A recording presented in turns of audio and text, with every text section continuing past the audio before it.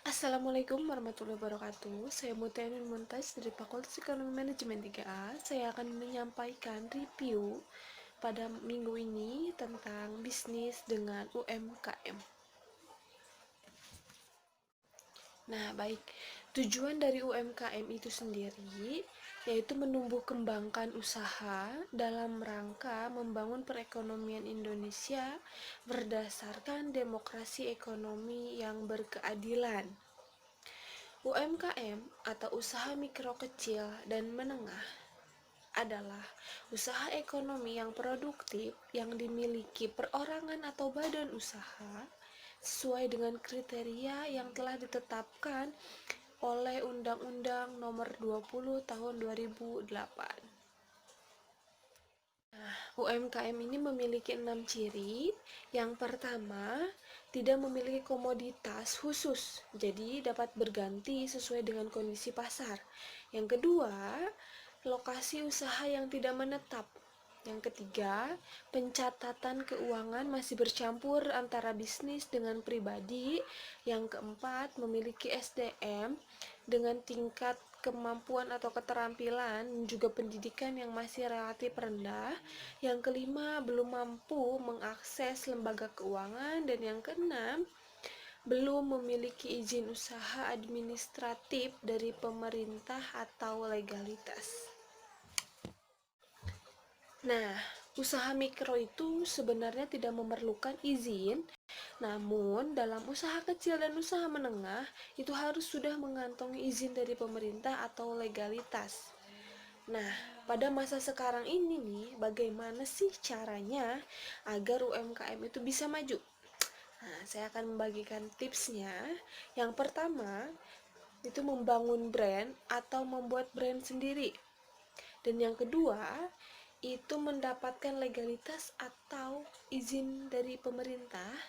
Yang ketiga, merapikan administrasi, memisahkan bagian antara bisnis dengan bagian antara pribadi. Dan yang keempat, mengikuti festival-festival.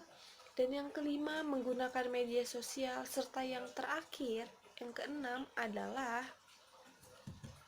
bekerja sama dengan lembaga keuangan.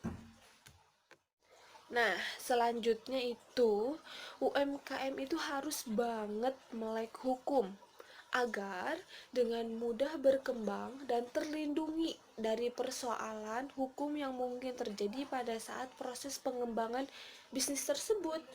Nah, minimnya pengetahuan kita ini untuk mengurus surat perizinan itu, usaha itu ya, yang menyebabkan usaha kita belum mendapatkan legalitas sehingga sulit untuk berkembang.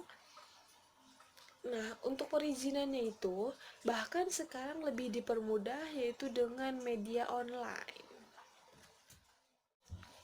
Nah, masih banyak juga keuntungannya dengan mendapatkan atau mengantongi legalitas izin dari pemerintah tersebut ya, yaitu ada 4 yang saya akan paparkan. Yang pertama, itu mendapatkan kepastian dan perlindungan dalam berusaha di lokasi yang telah ditetapkan.